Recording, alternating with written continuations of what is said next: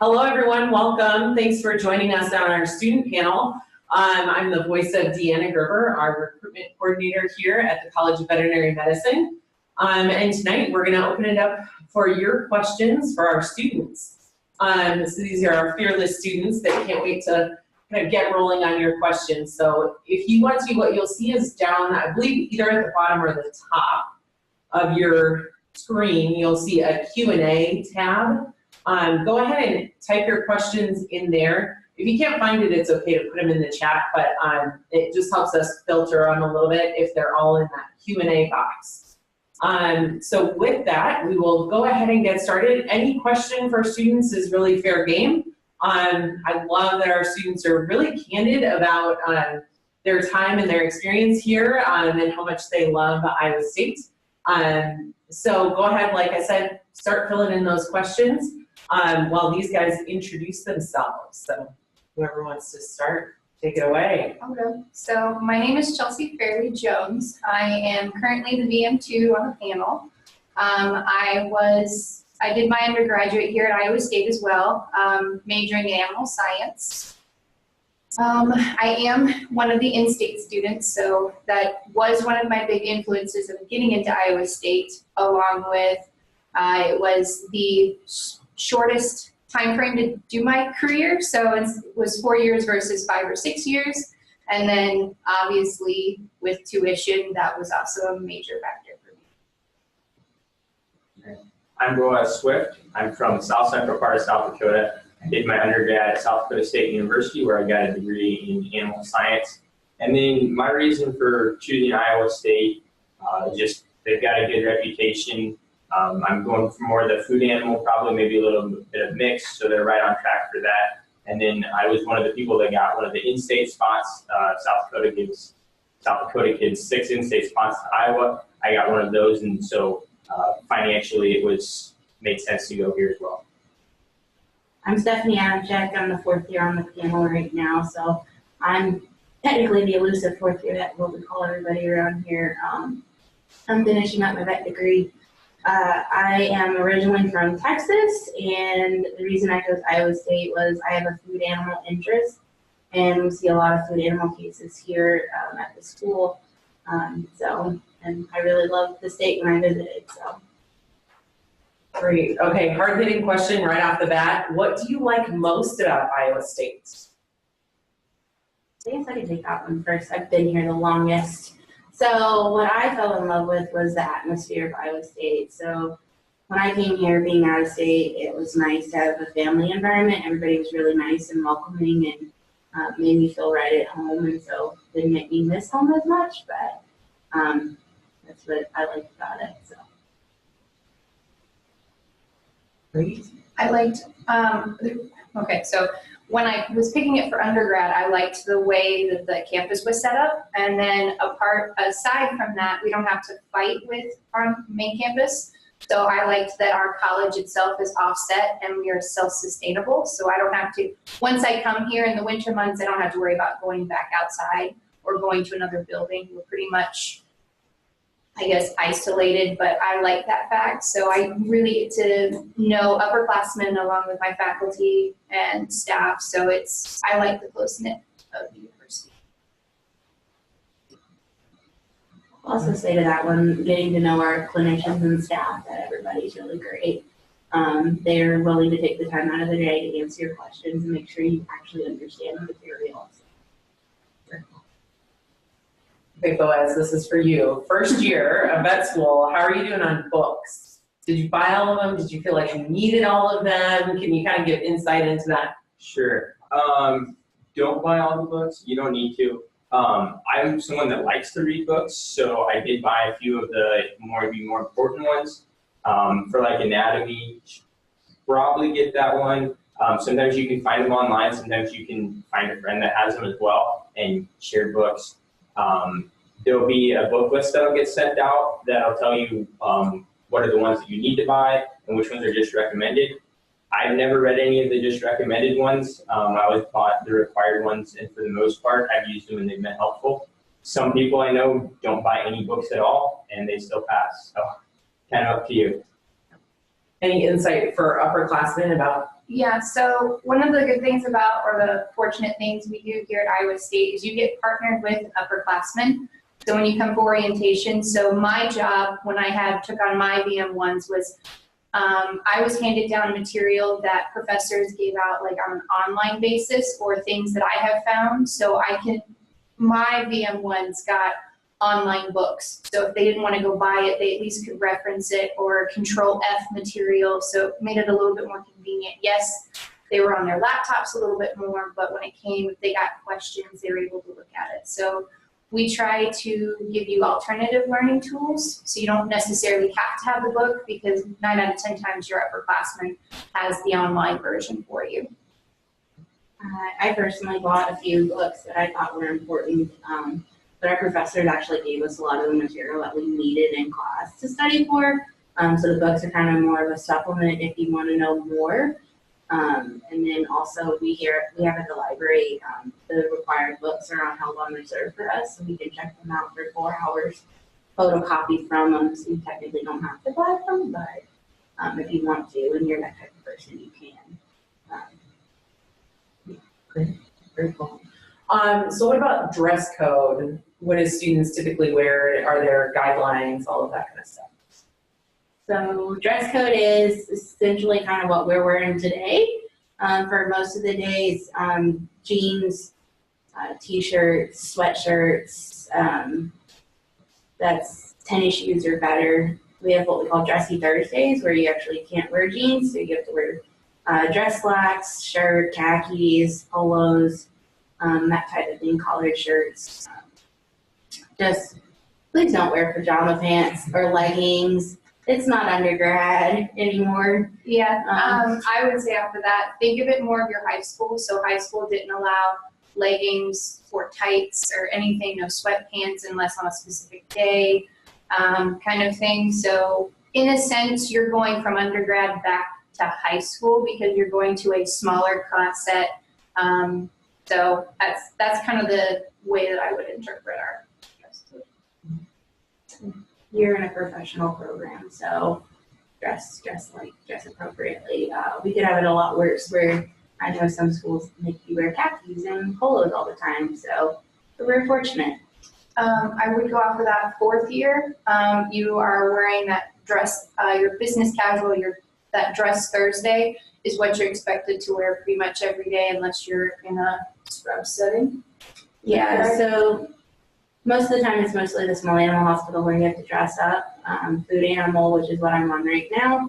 Currently in scrub top and jeans are fine, but that's just because we wear coveralls over our gear all day, and then like necropsy and anesthesia stuff, you can wear scrubs because you're gonna get dirty, and they understand, and you can only wear scrubs in surgery and anesthesia, so pretty much what you have to wear. So how do you study for your classes? How much, I mean, I'm sure it varies depending on who you are and what class you're talking about, right? But can you kind of generally talk about your study time, study tips, all of that kind of stuff? So I am one of those visual and auto learners, so it requires, I require a lot more studying than the average student. So when it came to anatomy my first year, you've got, take in consideration, you've got classes from 8 to 5, and then you're given an hour and 10 minutes for lunch. And 9 out of 10 times you're back in the anatomy lab after your dinner break, which is usually about 7. And depending on how quickly or how well you're understanding the material, you could probably be out of here about 8 o'clock, 9 o'clock. When it comes time to finals, obviously everybody crunches harder. It's not uncommon for students to be here easily until 11 o'clock at night. So for myself personally, we are fortunate to have the system called ECHO. So most of our lectures are recorded and are available to us an hour after the lecture happens. So if you missed something, or if something wasn't clear, you can go back and rewatch the lecture. So I find myself doing that a lot more, especially in surgery, 2nd year surgery classes. So just to make sure you're getting the suture patterns, the techniques. So it very much depends on your learning style, because I have a bunch of friends that don't require to do anything outside of school. So it very much depends on you. Well, I guess I'll go me personally. Personally, my study habits really changed a lot starting from first year. First year, I pretty much studied by myself or in a group, depending on how much I understood the material. So like anatomy, I would study in a group because it was nice to bounce ideas off of my other classmates, and then we could argue about it and discuss it and go back to the material and determine who actually was right and who was a little misguided, let's put it that way. But then like on certain subjects where I felt like I needed to study focused and study more, I was by myself. I like to do a lot of outlines type of materials. I go through it and then I make an outline out of it and add little extra details to the course material so I wouldn't miss anything.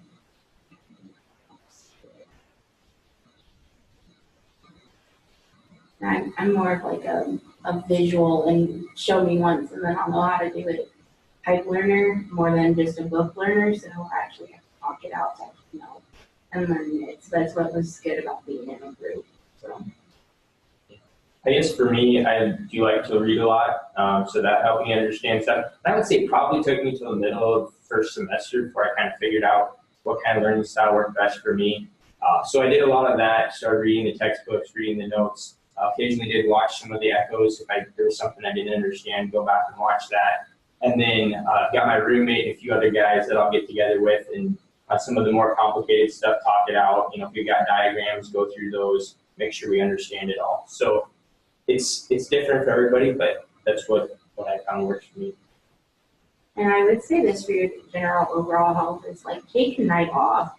Like it is a very hard course learning material, and I didn't learn that till later on, but I personally, when I started doing second and third year, I would take Friday or Saturday off, depending on how I felt that day, and then just do something for myself.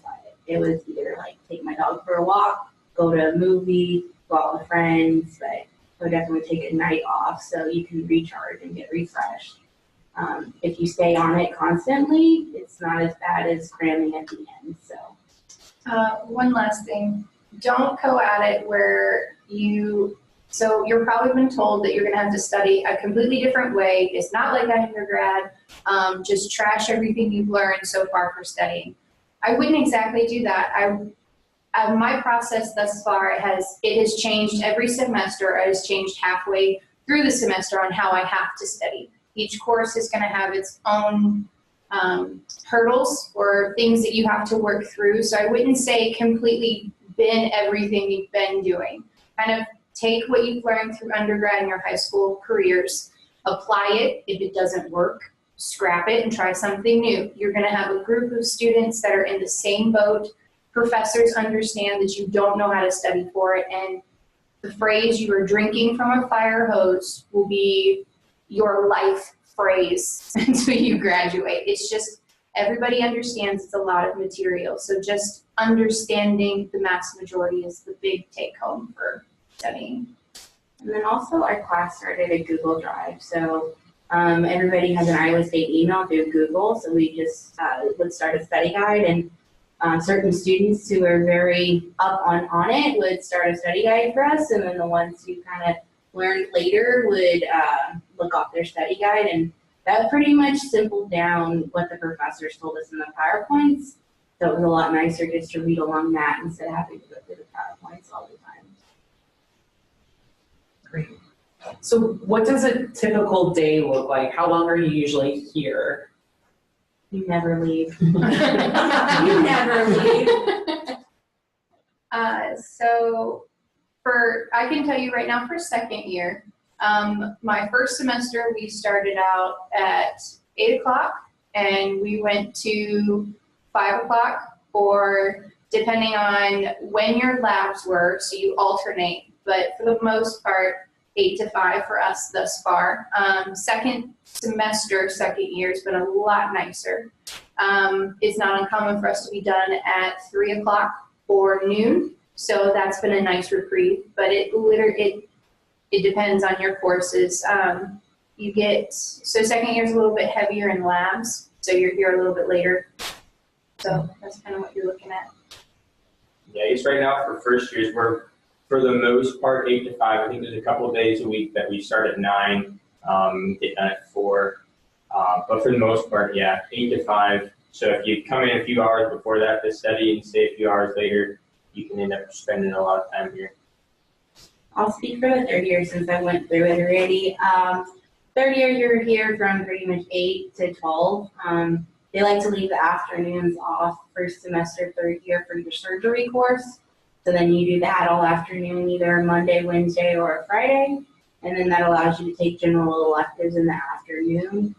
And then second semester, third year is kind of the same way. You get done at noon just so you can do a whole bunch of electives. You have the least amount of credits you're ever going to take in your second semester, third year. So then you can take a whole lot of electives and get more into what interests you. As a fourth year, my schedule varies from every 2 weeks. So this rotation currently I'm on, I get there at 8 and I leave right around 5:30, depending on what we have going on for the day. Small animal rotations, I was there from 6:30, 6 o'clock in the morning to 8 o'clock at night. That makes for a very long day, but overall, we got everything we needed to get done. ICU, which is what I just came off of, I was there from either 8 to 8 or from at night, and then 8 to 8 in the morning or 10 to 10. So it was 12-hour shifts for at least 4 days in a row. So like I said, our schedule varies, and then currently you can actually take rotations off, so that's where you can go on preceptorships and they'll make their own hours for you. I did that a good chunk of last semester and then about to do some more. So your schedule is planned out for a whole year, but it varies every 2 weeks, so you're learning something new every day. Cool. So how do you feel about the class size? That's the next question. So we have a class of, we'll admit, 156 this year. And so I think, Stephanie, your class is just a little bit smaller than I think that. we're 151, but Okay, I think 25 of those I think are Nebraskans. Mhm. So for my first 2 years with still 150 is a large number. We technically only have about 125 here for our first 2 years. Nebraska joins us our second 2 years, so third and fourth year.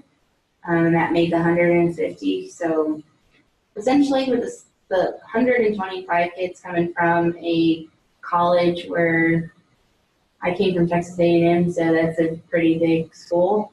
125 kids was really nothing to me in class size. But I feel like even though that's a large number, we still felt like a small, tight-knit group. And we pretty much became each other's family we had for this past 4 years. I just hear thinking about it all the time that we're leaving this family in a couple months. So everybody's going their own direction. So. Can you guys kind of talk about, because you're in lectures and labs for, I mean, most of your, next few years, right? Can you talk about the accessibility to faculty members and resources and stuff like that? So the faculty go, in my opinion, above and beyond to make sure they're available for you. If you emailed them at 8 o'clock, there is about a handful, about 50 of them that would email you back in a heartbeat. They make it very clear that they have office hours, but that does not mean that they would not set their lunch aside for you if you had a burning question that you just couldn't answer. So I very much appreciate our faculty. So it is a very big or a huge transition from your undergrad professors. So your undergrad professors were just there because they were filling a requirement of their tenure. But I feel the professors here, they are here because they love to teach. So they love it when you understand or when you don't understand and you have that epiphany. So they very much will bend over backwards to make sure that you understand or just to talk to you. Half of them like to just have company over lunch. So I'll go off of that a little bit. Is like they're thinking about it as you're going to be their future colleagues in the future. So they're going to refer things to you. You're going to refer things to them. You're going to call for questions. So that they're pretty much teaching you be on their level already, and so they want you to be the best veterinarian you can be. So they're like, we'll start on a good foundation and build up from that. So when they graduate, they feel confident that you can go out into the practice and do well and still have that fallback, the faculty to fall back on. Absolutely. I would say our faculty, I've been nothing but impressed by them. They're good people to work with. They're great teachers. And as far as accessibility, even with a large class size, it's never an issue. They'll go out of their way to meet with you, to review stuff with you, make sure you understand the material. It's not a concern at all. We also have like fun functions that we do for our, what do we call it? I know we call it SR, but it's like recreation, service, relaxation, something like that. We do 2 activities every year. So the first one is usually in the fall, and it's like a good picnic with a nice little football game, which is like a rivalry between the classes and then the faculty. So everybody joins together and have a nice little game and barbecue. And then in the spring, we do like a hockey game. So it's faculty versus the students. So we always have that nice camaraderie and fighting and get along great. And everybody jokes about it then the rest of the year about who won and what. And bragging rights is what we're winning for. So. If we can switch gears for a little bit and talk about maybe things you dislike or where you see opportunities at Iowa State.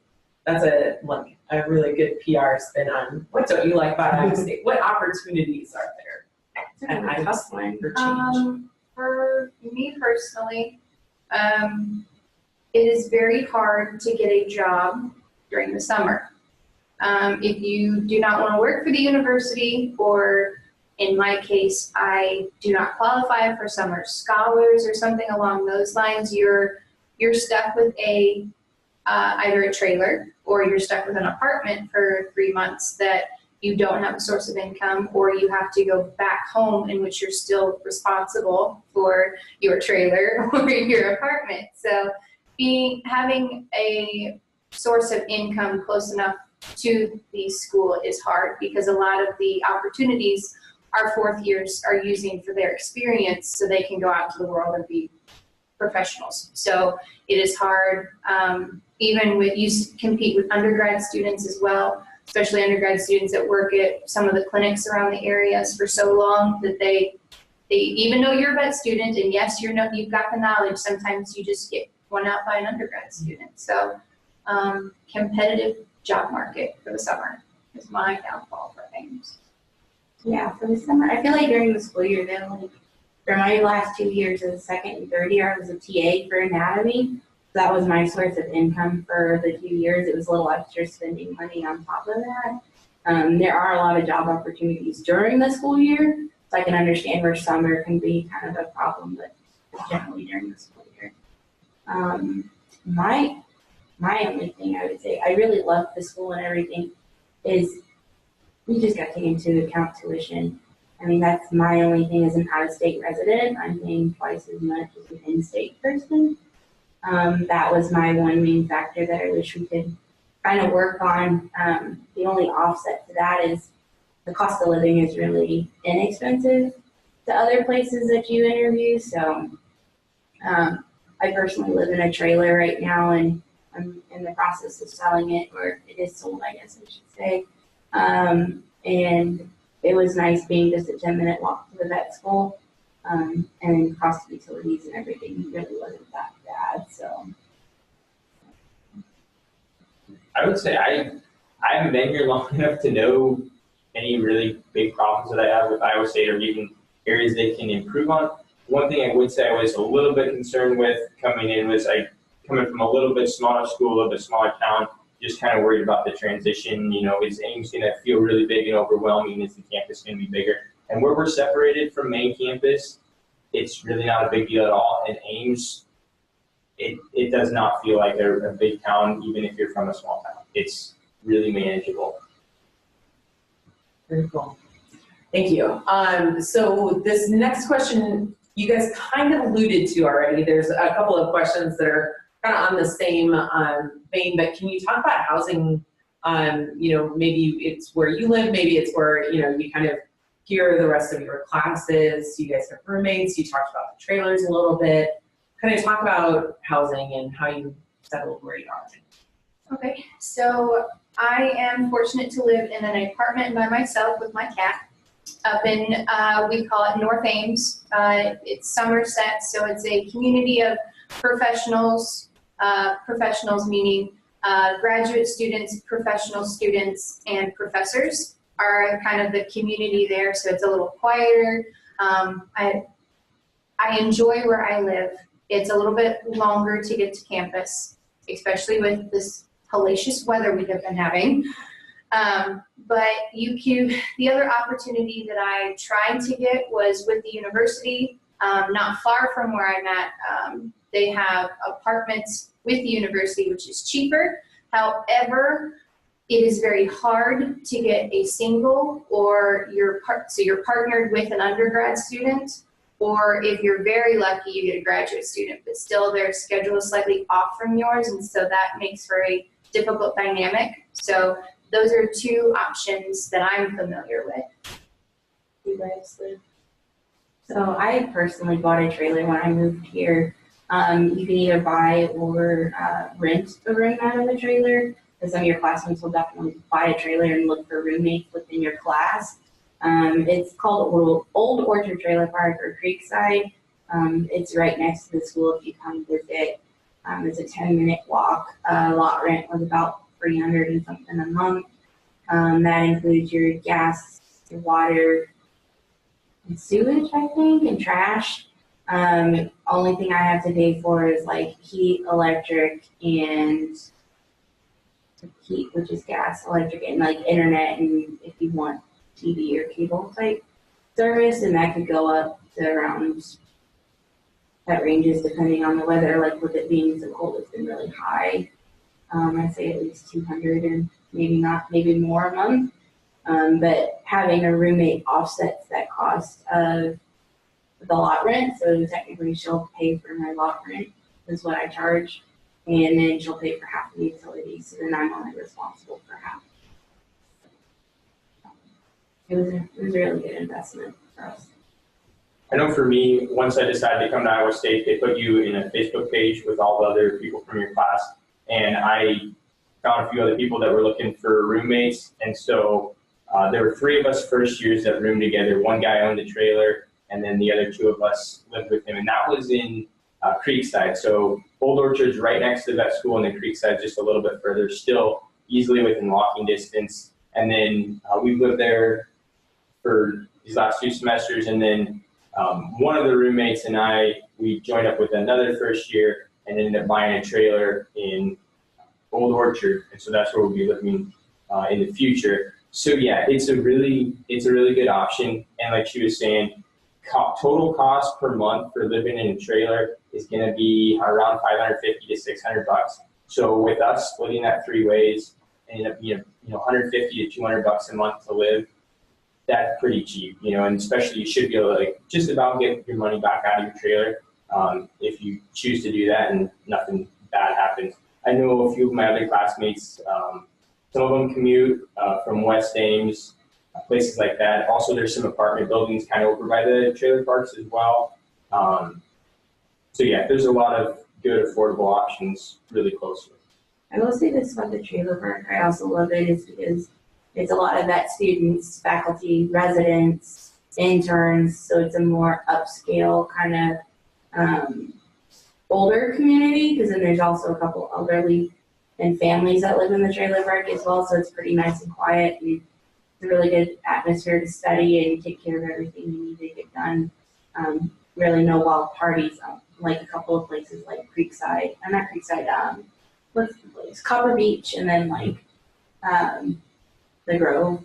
Those are all apartments that a lot of undergrads like to live in. Great, cool. Can you talk about life outside of your classroom? So clubs that you're in, kind of hands-on experiences that you guys do, and all of that kind of stuff. So I had a problem the first year, and I wanted to be a part of about almost every club that we have. And we have a club for everything and anything and any combo you can think of. So that was a problem. You very much get most of your hands-on experience, in my opinion, from your clubs. So I was part of Avian Club, Zoo Club, Herpetology Club. I was a part of Surgery Club, Diagnostic Imaging Club, Path Club. I mean, I wanted to figure out what tripped my trigger. So in order to do that, the clubs do a good job at keeping the dues low enough to where you can be in more than one. So that was nice. And I had to be careful because I got really busy really quickly because of a lot of cool things that each club did individually. So that's kind of for clubs. The group that I kind of formed with, we make a point to do game nights on Friday. So everybody goes, we rotate between apartments or trailers, and we literally bring board games, card games, and of course we enjoy the adult beverage every once in a while. But that was kind of our stressor. So we got together and we didn't talk about vet med because every time you saw those beautiful faces, it was in a classroom and you're reminded of the horror of having to have to remember every bone in the animal's body. So we tried to soften the blow. So that's kind of, and we made a point, we have a part of main campus that has some bars that do really good for birthdays. So it's not uncommon for a big birthday to go out, and it's just, you find ways that is inexpensive but allows you to blow off some steam. So that's kind of where I try to find. Yeah, and I would agree. Clubs are a really good way to get involved, to get that extra experience. You know, I've gone to a lot of different wet labs and things like that this semester and last semester too. I would say, you know, if you can stick with like 5 clubs or something like that, that's probably manageable. I think that's probably part 5 or 6. And they'll have different wet labs. AEP, the equine one has got a lot of good ones. Bovine one's got a lot of good ones. If those are the kind of things you're into. So for me, I've learned a lot through those. It kind of helps you take all the stuff you're learning in class and kind of put it together and be like, all right, this is real life. This is what I can do with all of that. And as far as just other stuff outside, you know, depending on who you are, there's a lot of different good churches around. If you want to go to those on the weekends, campus ministry groups, you can still get involved with undergrad stuff if you want to, things like that. So there's always opportunities there. I would say I'm in the same group as Boaz was. I did between 5 and 6 clubs. I had a lot of large animal interests, so I did more of like, I did BBMA, so veterinary business. We really don't get a lot of business classes in vet school, so I wanted to have that at least reference for when I go out into the real world. I know what I'm talking about and looking for. I did AAVP, which is the bovine club. I did EP for a while, which was the equine club. And then my favorite one, which I was president of last year, was the Ethereal Club, which is field of reproduction of all species. And I really like that, and that really interests me. I also did like behavior. I also did the integrative medicine, so acupuncture, chiropractic, essential oils, different alternative type medicine club is what I was into.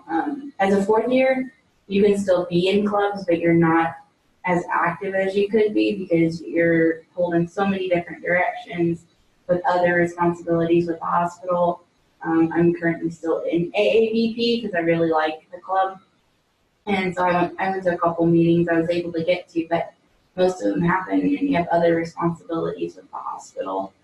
And for fun, I personally have a dog with me. So she's been with me all 4 years, so I take her for walks. Ames has a really good system of parks and recreation places that you can walk when the weather is actually nice and there's no snow or ice on the ground. There's actually a couple places you can hike. There's a state park like 20-30 minutes from here where you can take your dog and go hike there. You can also go to the movies. Movie nights on Tuesdays are pretty cheap. There's free movies that they hold on main campus every Thursday, Friday, and Saturday. So that's pretty interesting that you can go there for free and see some of the main blockbusters that were just out. We have state gym and other gyms around that you pay for through your tuition. so you can utilize that. And only bad thing is you have to fight the undergrads. But we do also have a gym here at the school now, so we do have a little workout area that you can do as well. There's just a wide variety of things you can do with vet med. We have a tailgate every fall, so that's where all the classmen get together, and some do adult beverages, some don't. And it's just a good way to hang out with the faculty as well as the students before a big football game. So lots of different things you can do. Cool. Can you talk a little bit about your laptop and technology and kind of, Yeah. So as a first year, as part of your tuition and fees, you have to buy a laptop. But that laptop comes with everything you need for the next 4 years. So it has all the programming and all the note-taking tools you'll need. You can take your quizzes, your tests, as well as take your notes and be able to share things with it. But when you purchase that laptop, that is yours. So once you leave the school, they'll do what they need to do to it, but then you take it with you, and that's your laptop. So it's a pretty nice thing. And then it allows you to work with Echo, which allows you to go back and watch the lectures as well. what do you think makes Iowa State stand out from other vet schools? I personally, what I liked about it was it's in a smaller town. You're kind of in the middle of nowhere, with Des Moines being 30 minutes, the biggest city closest to it. And then our campus is away from the main campus. So basically we're our own little community here. That's one of the things I liked about it, as well as we redid our facilities in 2008. And so our large animal and small animal facilities are pretty close to state of the art, which allows us to do a lot of upscale procedures that you won't get to see anywhere else. Currently, our oncology department just got a stereotactic radiation, where our closest one where we would have to refer would be in Minnesota. So that's nice that we can actually offer that to our small animal clients now. And then being so state of the art, our faculty and staff are always trying to find new ways to do different things and expand the field of veterinary medicine. I would have to say here at Iowa State, they allow us to start putting our hands on real animals sooner. So as a second semester, I'm in the process of getting ready to do my first spay and neuter on some shelter animals. So we're very fortunate to be ahead of some other universities in that I get more opportunities to hone in on those spay neuter skills or just animal handling skills. So that's what I greatly appreciate about Iowa State. I think they still did that during first year. Are they still doing that? Where you can do the clinical skills lab? Yeah, so first year we have a class where we handle animals right away, first semester, and then we also have a clinical skills lab to where we get to practice like our suture knots and things like that, hand ties right away first semester. Start using those things. That is something that is really nice about it. Another thing that I like about Iowa State is the faculty is pretty good. They're hard to beat. They're not just going to stick with what they've been doing, but also look for new ways to do it. A lot of professors and things are trying to constantly improve their teaching ways to just make sure that they're presenting the information in a way that you can understand, in a way that you can learn it, so that you can be the best vet in the future. Cool. So talking a little bit about, we were talking about studying before. This question is about tutoring. So what kind of help is available for students who are struggling? So our school has tutors for every subject. If you feel like you're falling behind, you just have to talk to OASA, which is our main office here on campus, and they will get somebody who actually is an upperclassman, so that they just went through the class and they did really well to help you and teach you. The faculty are, like we talked about earlier, readily available to help us as well. They'll take the time out of their day to make sure you understand exactly what is going on with the subject. And then anatomy has TAs both semesters. So they're upperclassmen as a third year and a second year that are in there and they know the subject really well, so they're able to help you learn it better. They also put on practice pinnings, typically once a week, so it allows you to gain your knowledge and gauge where you are right before a big exam, so you're learning a little bit every week and not just cramming it in at the end. So there's all kinds of resources.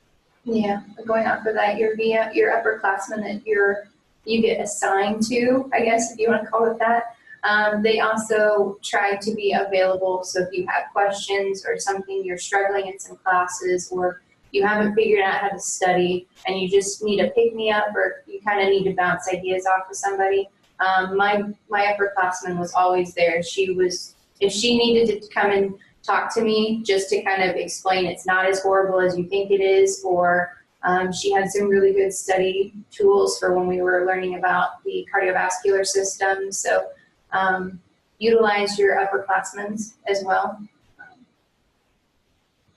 I would say the professors are good at watching out for you too. They'll say, you know, if you scored below this in the last exam, come talk to me and we'll like go over what you got wrong.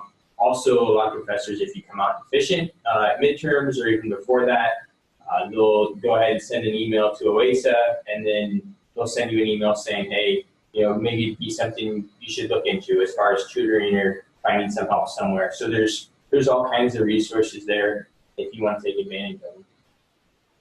Cool. Can you talk a little bit more about kind of your class dynamic? So is it easy to make friends? Are you guys close-knit? You know, are you guys more excited about wet labs and stuff like that than tailgate or whatever? Can you kind of talk about your class? I feel like my class is a very wide variety of people. We have some people from the West Coast, some from the East Coast. A lot of them are from the Midwest region, and then some from the South, like myself. It does at times feel kind of cliquey, like high school, but if you're a very open person, you make friends with everybody. Everybody's willing to be your friend and get to know you. As a fourth year now, we don't see each other that often, so when we actually do see each other and catch up, we're greatly excited to do activities together, hang out. They understand what you're going through, so they're a good resource to bounce things off of people as well too. I would say with your classes first year, they do a really good job at rotating you around. So even your group or that cliquey group, still they do their best to shuffle everybody to put you in a new anatomy group or put you in a new histology group, so that way you get an opportunity to meet most of your classmates.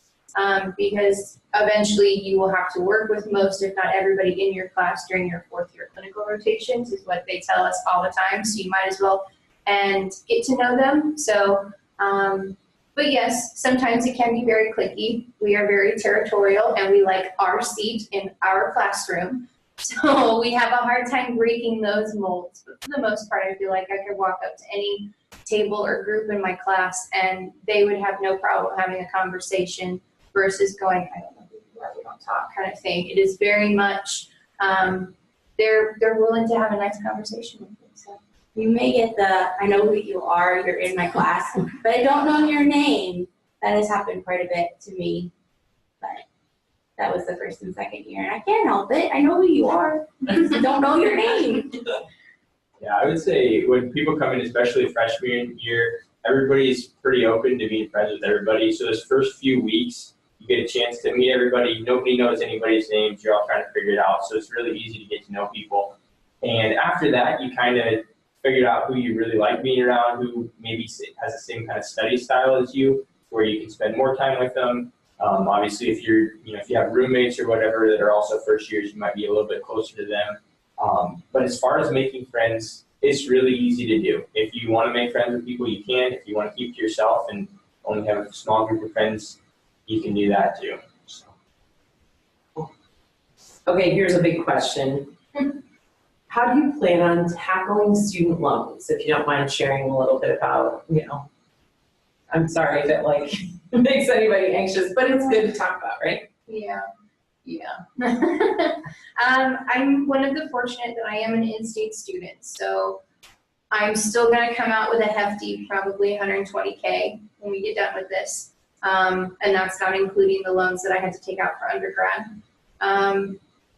The clinicians that I have talked to during summer internships tell me not to panic too bad because I can easily pay that off in, say, aggressively 7 to 10 years, or you can take your time. But our financial group here that come off of main campus do a really great job at trying to help you weed through all of that financial jargon. So I haven't quite figured out if I'm going with a income kind of repayment plan or if I'm just going to aggressively pay it off in 10 years. My hope is to pay it off in 10 years, but I don't know. It's one of those things you'll see. When I see the final number, when I walk across that stage, I'll have a better idea on how I need to approach it. So I just have a really good support system that my parents and my current job position are, they're doing everything or looking at every option that's going to help me in the long run. So I just have a really good support system. That's why I'm not sweating yet. So I will say this for, they understand the debt load that you do take on. So our program here at Iowa State, the CVM program, is very good about giving away scholarships every spring for all the first through third years. And there's different ones depending on what your interest, what your GPA is, all different kinds of things. And majority of the classes get something for those scholarships so that it's less than you have to pay back because that's taken off your U-bill directly. Me, I haven't quite figured out exactly how I'm gonna do it yet, but my main concern right now is finding a good paying job, and then I'll figure it out once I know what I'm gonna make to help me repay that loan back. I would say for me, I'm a little bit in a unique situation. I was able to make it through undergrad without borrowing anything, and I've been blessed to have some really good summer jobs, and so I haven't had to borrow anything yet, and I probably won't, depending on how things go, but that is a very unique situation. And so I know there are a lot of resources here though, as far as financial counselors, things like that, that are able to help you work through a lot of that. And scholarships are something that is really useful as well. Thank you. So maybe Boaz, you can talk about anatomy class right now, how that's set up, and then kind of Stephanie and Chelsea, if you want to kind of expand on the rest of, the curriculum, kind of what are classes, how are classes typically set up? So do you want to start off? So for anatomy right now, we typically have our lecture period, and then we'll go right over to the anatomy lab right after that and spend 2 hours in there just going over everything that we just learned. You have your first semester, you're put in a random, well, it's not random, alphabetical lab group, and then second semester you get to pick your own team members. So you're in the group with them for a couple hours, you go through, figure out what you can. There's professors will be there going around to answer any questions you have on your lab specimens, as well as the TAs, things like that.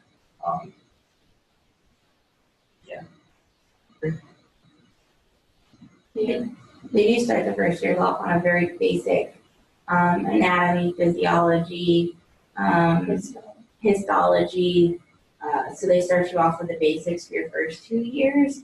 Then it gets all kinds of crazy second year. So second year, you were thrown into Latin, basically. We had microparasitology, our second semester of pathology. Oh, there are several other classes, but those are the ones that scare you the most. I am a weird person and I loved everything that had to do with bugs. So when it came to parasitology and learning about ticks and flies and midges and, oh man, it was exciting. I enjoyed it. But when it came to micro was, I enjoyed growing things on a petri dish, but I did not enjoy the exams. So you take it as a grain of salt and you enjoy what you can and you try not to make it as miserable as you think it is. And then for the most part, if you're not in lab, you're studying, and you have, so micro labs were in the afternoon, right after lunch, and then your path lab was usually after micro, and then you had parasitology on another day. So it made for slightly longer days. But again, you were allowed to pick your group in both micro and parasitology and in path. So you at least had a little bit of freedom there, and you weren't dictated. So, but I made a point to sit with new people, so I got to learn from new people, so that was exciting. And you also start surgery your second year too. So you start doing surgery labs to get your hands on instruments and do different things. Third year, they go more of a clinical aspects. You're putting everything together. First semester, third year, we were learning about small animals, so dog and cat, maybe a few exotics here and there. You did anything from medicine, surgery. We did surgery, medicine. That's long ago. Did a lot of different classes that you did with the surgery labs being in the afternoon. And then second semester, you took less classes, but that was more large animal side. So we did like large animal medicine. We did reproduction in the fall. How could I forget that one? And we also did like large animal stuff more in the spring with kind of like a zoo epidemiology type thing. Also, infectious disease is what we call it in the spring. And then fourth year, you pretty much throw it all together and start practicing your skills, honing everything, seeing new things, practicing the basics as well as seeing the outrageous things. And then we also do grand rounds, something we do for the fourth years where we give a 10-minute presentation to pretty much the third years and the faculty and the staff and our fourth years on different topics that you choose for a 10-minute PowerPoint presentation. Then you take questions afterwards. I did one on a small animal surgery case I saw, and I thought it was nice for a GP practice. It's something you could do, so I did it on that. Yeah, you put everything together, and you gain more confidence in doing your skills when you get out. Cool. Good. Okay, so we've got time for I think a couple of questions here. But I think a really good one is, how do you balance relationships with people in your life that aren't a part of VetMed? So, for the lay people, they don't understand. For one thing, my parents were very understanding. They understood what I was getting into, but they pretty much didn't understand my schedule of being as a fourth year, where sometimes I was so in my zone I couldn't talk to them at normal times. This last month on ICU, I was such an off schedule working nights. They live and work during the day, so it was kind of hard to find time to talk to them, but they finally understood exactly what goes on. And it's just hard to find people that understand your schedule is crazy and hectic. And my mom personally doesn't like anything medical, but my dad loves it. So I sent him a picture of something I saw yesterday, and my dad was super excited about it. And my mom was like, "That's crazy, but I don't want to talk about it." And when I would go on externships over the summer, I'd come back and want to talk about different things, and they're like, "We're eating. I don't want to talk about this while we're eating." I'm like, "I'm so excited." So it's a challenge, but it's pretty fun when you get excited and you're interested and you love what you do. So I would say that your loved ones say they're going to understand, and they mean it from the depths of their heart, but they're not in the situation, so they don't understand why. So mine live 2 hours away, and they do not understand why I do not come home every weekend, or not every other weekend, to see them. It's a thought that they don't fathom, that my exams are harder than undergrad, that even though I would like to say I am smart, I am still not a smart cookie that I can't, like I have to study kind of thing. So they understand you're busy, and they understand that you're working towards your goal, but little things like coming home for Valentine's Day or going home for a birthday, little things you have to give up because school, you've made it this far, so you're gonna make the most of it so you get to that end goal. So, and when it came to spouses, it's a wonderful thing that mine lives in a different country, in a different time zone. So when he's getting off of work, I'm getting ready for bed, so that allows for a great opportunity to talk. So I've been blessed in that aspect, but when it comes to talking to my parents, with being in the same time zone, it's difficult because of my study schedule, so. I would say for me, I'm about 6 hours away from home, and so that distance, I think, helps a little bit too. That way I'm not tempted to go home very often, and so, not that you want people to kind of forget about you, but if you're really busy with stuff and you just don't have time, sometimes it makes it a little bit easier. For me, I would say my family is very understanding. Sometimes, at first, I think it was a little bit hard. Undergrad, you can talk to them every once in a while, go home every once in a while. But here, where I'm just away all the time and busy all the time, it does take some adjustment and some getting used to. I would say, prioritize the people that you find important, but you realize that you've got a job to do studying here as well. Yeah, because that's kind of what you need to treat this as, is a full-time job. So, like we mentioned, we've been here from 8 to 5 and not longer. And that's another good thing. He brought up a good point is I live 16 hours away, so my undergrad was only an hour and a half, so my parents would rely on me to come home and help them out a lot. Whereas being this far, they understand that it's not going to happen for certain things. And most of the time, I would only go home for Christmas and summer. So they finally understood, and that's where it good being a fourth-year student. I was able to go home a lot more and rotate my schedule around so I could actually make some important events now. But they had to just understand that the help isn't there anymore because I can't help.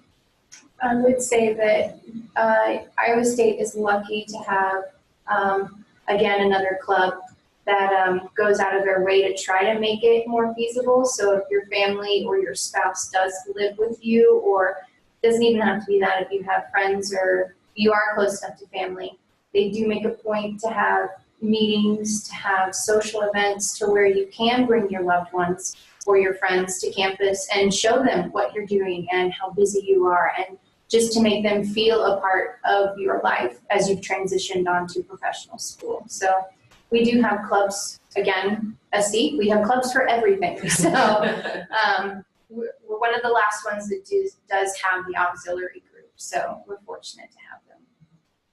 That's really cool. Okay, so I'm going to let these guys think about the last question while I kind of talk a little bit.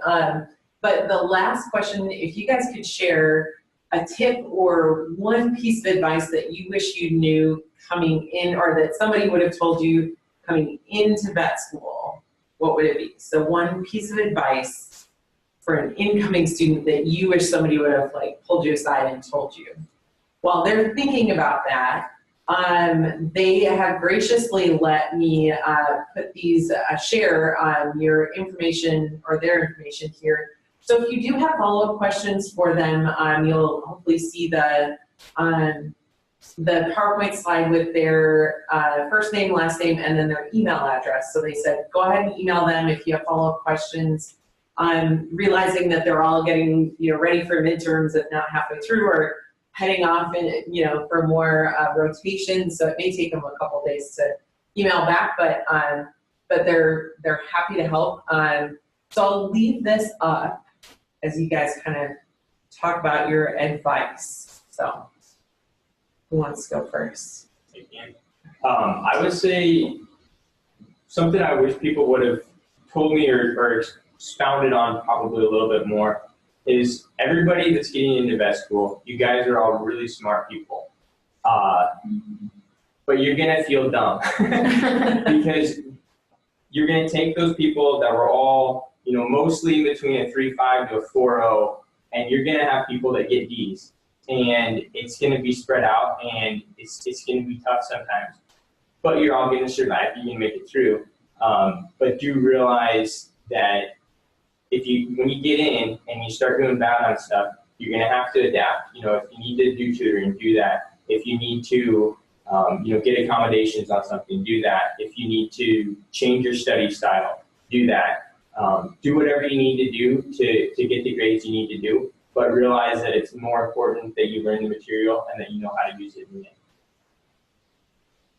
Great, thank you. I guess as a fourth year, being through it all and everything, some advice that I wish I would have known would have been to take advantage of every opportunity that you have accessible to you, because you're not going to get this when you're outside of school.